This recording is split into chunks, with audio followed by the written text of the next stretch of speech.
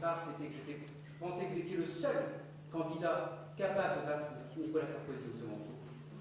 Vous ne vous trompez pas.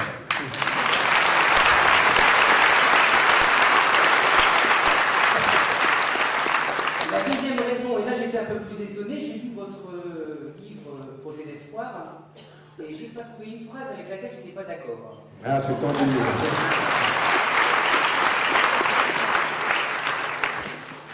Alors, je suis quand même encore réticent à rejoindre le modèle, j'ai pas encore adhéré, j'ai fait une pré-adhésion et j'ai pas encore adhéré, parce qu'il y a des choses que je ne comprends pas encore.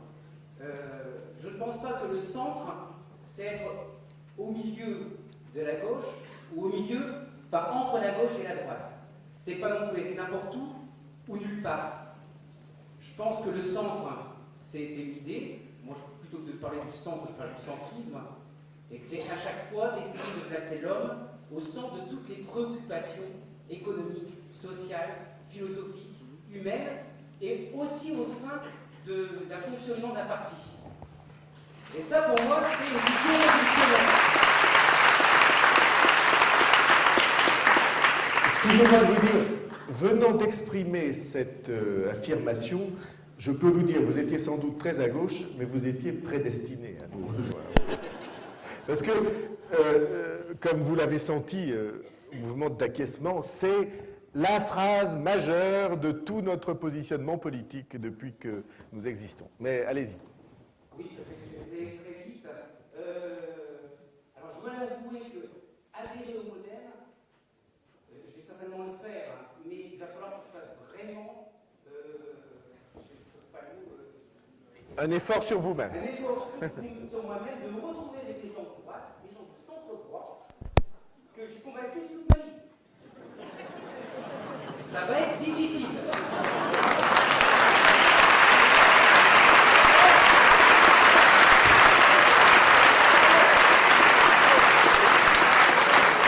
Cela dit, c'est pas plus difficile que de se retrouver dans un parti où on combat ses propres ennemis. C'est exactement. J'en terminerai simplement en lançant un appel, parce que j'essaie d'être souvent sur le blog, et puis je ne suis pas très bon là sur les blogs, je ne comprends pas très bien comment ça fonctionne. J'ai envoyé des messages pour trouver des militants ou des sympathisants modèles, en tous les cas pour qu'on commence à discuter sur Waterloo. Il y a quelqu'un qui m'a appelé à un moment donné, qui ne m'a pas laissé ses coordonnées. Voilà. Je lance un appel, je suis de Waterloo. Voilà. Il y en a d'autres. Ah oui, alors, je reconnais effectivement des personnes de Waterloo. Mais on n'a pas défendu le même candidat. Sur la 7e. Voilà. Vous me permettez, je voudrais essayer de vous répondre. D'abord, merci parce que c'est un témoignage très vivant, en tout cas, et drôle pour nous. Qu'est-ce que c'est être très à gauche aujourd'hui? Et pourquoi, à mon sens, pour quelqu'un comme vous et pour un certain nombre d'autres, ça devient impossible? D'ailleurs, je pourrais faire la même démonstration de l'autre côté. Et c'est en ça que les cadres politiques habituels ont explosé. Être à gauche, ça reposait au fond sur deux idées.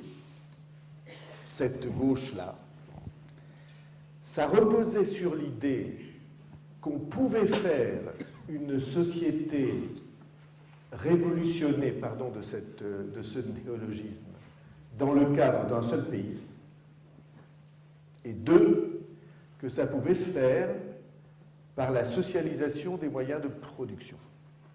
L'État s'emparant des moyens de production. C'était ça jusqu'aux années 80, jusqu'à la chute du mur. Et puis il y a deux phénomènes, ou un seul phénomène, qui rendent ceci impossible. Le premier, c'est qu'il n'y a plus de frontières et il n'y en aura plus de longtemps. Et le deuxième, c'est qu'on a vérifié que quand l'État s'occupait de tout, c'était une catastrophe.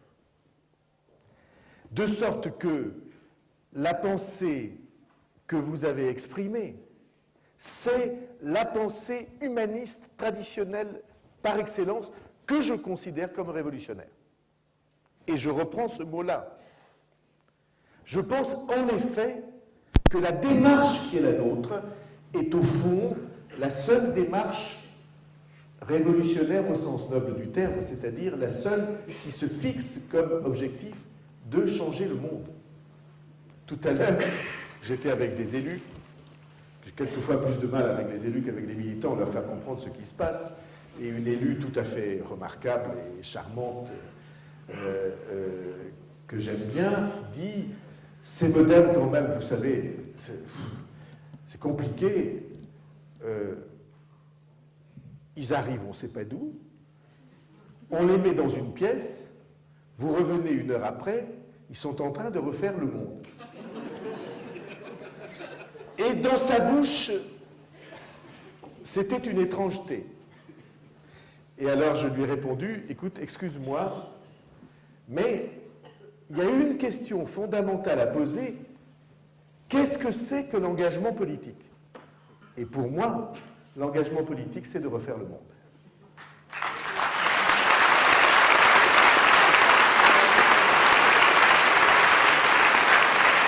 Alors, c'est pas facile de refaire le monde.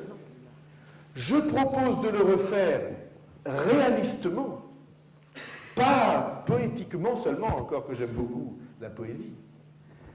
Mais c'est bien ça que nous nous fixons comme mission. Voulez-vous que je vous dise, les projets qui jusqu'à aujourd'hui étaient considérés comme les projets politiques dominants, on va vérifier qu'ils ne répondent plus aux questions, ou pas aux questions. Encore une fois, je peux me tromper. Si je me trompe, je saluerai, je dirai bravo. Sarkozy est un grand homme et il a raison. Mais je pense, par exemple, je pense que l'idée selon laquelle il suffit de dépenser entre 15 et 20 milliards d'euros qu'on n'a pas pour améliorer la santé économique d'un pays, cette idée est une idée fausse. Je ne suis pas le seul à le penser, il y a de grands économistes qui peuvent justifier cette affirmation. Moi-même, dans Projet d'espoir, j'ai essayé d'écrire pourquoi je pensais que c'était une idée fausse. Mais on va vérifier. Dans quelques mois, on saura. De la même manière que les oiseaux qui nous racontaient qu'on avait trouvé avec le plan Douste-Blazy le moyen de boucher le trou de la sécurité sociale. Et qui disaient, mais enfin François, je disais, bon, va voir. Mais pour moi, je n'y crois pas une seconde. Eh bien, on vient de découvrir aujourd'hui que le déficit était passé en 4 mois de 8 milliards à 12 milliards. Et c'était, pour moi, c'était écrit. Mais on va le vérifier. Et après, derrière, il reste à inventer l'autre espoir. Et ça, c'est une chose extrêmement importante, y compris pour les plus idéalistes d'entre nous. Les plus réalistes et les plus idéalistes ont le devoir de se retrouver sur cet objectif-là. Question. Oui, mais parce que vous manquez d'ambition, finalement. Moi, On va vous donner un micro. je suis comme mon ami là-bas. J'ai voté pour vous. J'ai choisi de voter pour vous parce que vous me paraissiez être le plus susceptible de battre Nicolas Sarkozy. Et après, je me suis pris au jeu. Je me suis dit, finalement, et quelquefois il avait sorti des belles phrases, vaut mieux avoir raison tout seul qu'être avec tout le monde, sinon on ne pense plus rien. Quelquefois, il m'avait paru un peu bizarroïde sur les drapeaux en berne le jour de la mort du pape. Je me suis dit, confond laïcité et laïcisme. Enfin, et puis, finalement, j'ai commencé à vous lire, vous m'avez paru avoir un charisme que je n'avais pas remarqué avant. Et finalement, j'ai adhéré au Modem. C'est un petit peu difficile parce que je suis dans une ville qui est UDF à Arras et que les nouveaux adhérents ne trouvent pas facilement leur place dans un appareil comme ça. Mais maintenant, si vous voulez, je pense qu'il faut parler en 2012. Jean-Marie Van Lerenberg s'excuse de ne pas être avec vous. Quand je reviens au propos de M. Hainaut, il faut penser à 2012. Pensez à vos amis Rutelli, Veltroni, Prodi. Vous devez être le premier président des sociaux-démocrates. Parce que quand vous dites le parti socialiste est archaïque, vous ne dites que ça, et ça, vous refusez de penser. Le Parti socialiste est complètement divisé. Il y en a qui sont pour l'Europe, il y en a qui sont contre l'Europe. Il y en a qui sont pour la proportionnelle, il y en a qui sont contre la proportionnelle. Il y en a qui sont démocrates, il y en a qui ne sont pas démocrates. Il y en a qui sont pour la 6e République, il y en a qui ne sont pas pour la 6e République. Ce parti va éclater. Vous êtes le leader naturel de tous les gens qui les 10% qui vous ont, et vous êtes le leader naturel de ceux qui les regardent.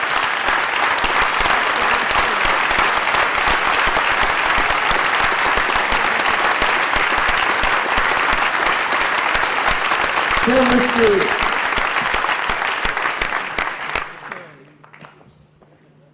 je trouve qu'il y a pas mal de vrai dans ce que vous avez dit.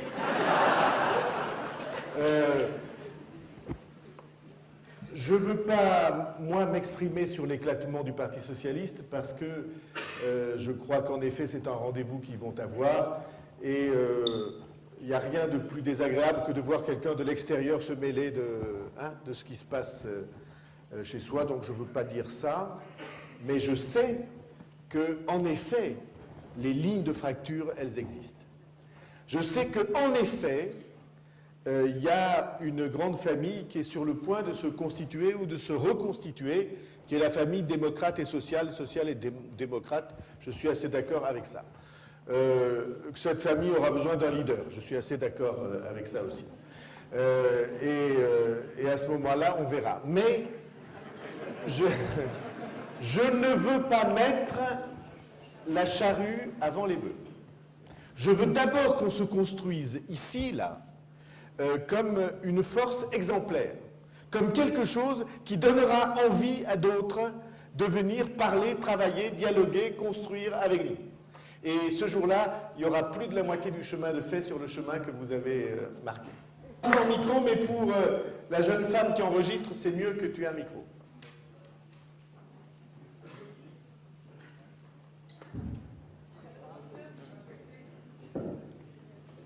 Donc je disais, Guillaume Opéli, je tiens ma présence ici à la rencontre que nous avons eue à la rue de l'université, où tu m'as demandé de m'engager dans l'UDF, et puis à Olivier Hénaud, qui m'a aussi demandé de venir là. Bien, puisqu'il faut faire bref et rapide. Nous qui venons des autres mondes, quand j'ai dit aux amis, à des parents que je m'inscrivais à l'UDF, ils m'ont dit que non, je devais être malade. Non, je devais être malade, il fallait que je me fasse soigner. Et les Noirs, les Français d'origine maghrébine qui sont ici, ont vécu ou vivent ce problème-là. Parce que l'UDF, très longtemps, a été attaché à la droite. Et dans notre inconscient ou conscient, la droite, c'est une politique qui a déstructuré les sociétés du tiers-monde. Et si les gens migrent aujourd'hui, quittent leur pays pour venir ici, alors qu'ils ont le soleil et ils viennent dans l'hiver, ça n'est pas pour la beauté, bien que la France soit un beau pays, ça n'est pas pour la beauté de ce pays-là. C'est parce que ce qu'ils ont dans leur sol a été envoyé dans les îlots de prospérité. Nous en avons parlé. Tu m'as commandé un dossier que j'ai été remis. On aura l'occasion d'en reparler. Question. Demain, le Modem, quand il va avoir son congrès fondateur, les instances dirigeantes, est-ce que ça va être les instances dirigeantes de l'ancienne UDF qui seront copiées-collées? Ou bien est-ce qu'il faudra relire d'autres dirigeants? Sous quelle forme? Ça, c'est ma question. Et l'autre réflexion, c'est qu'il faudra revenir au forum thématique que tu as enclenché avant l'élection présidentielle auquel moi j'ai eu à participer avec Christian Saint-Étienne et autres.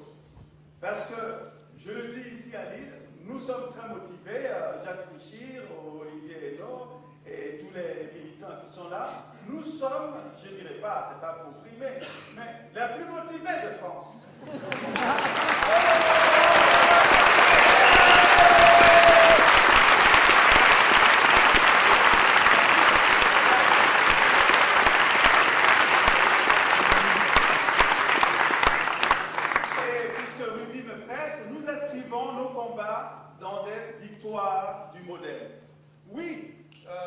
cher Pochet, notre Thierry Pochet, pardon, l'indépendance, oui, à une indépendance du modèle. Le modèle ne peut exister que s'il est indépendant.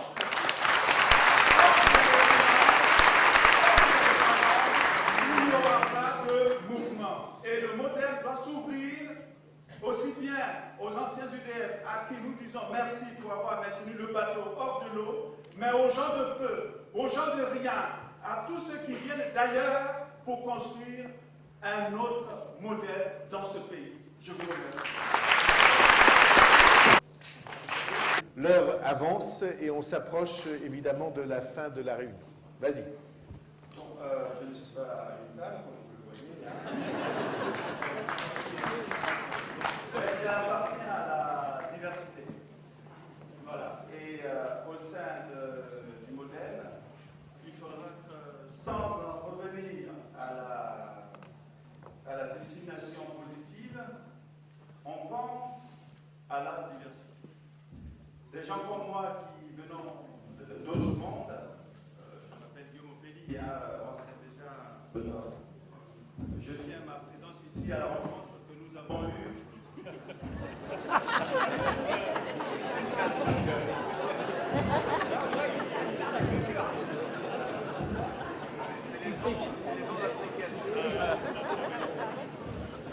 Attends, on va te donner un autre micro. C'est rapide. Oui, mais je peux parler sans micro. Non mais, tu peux parler.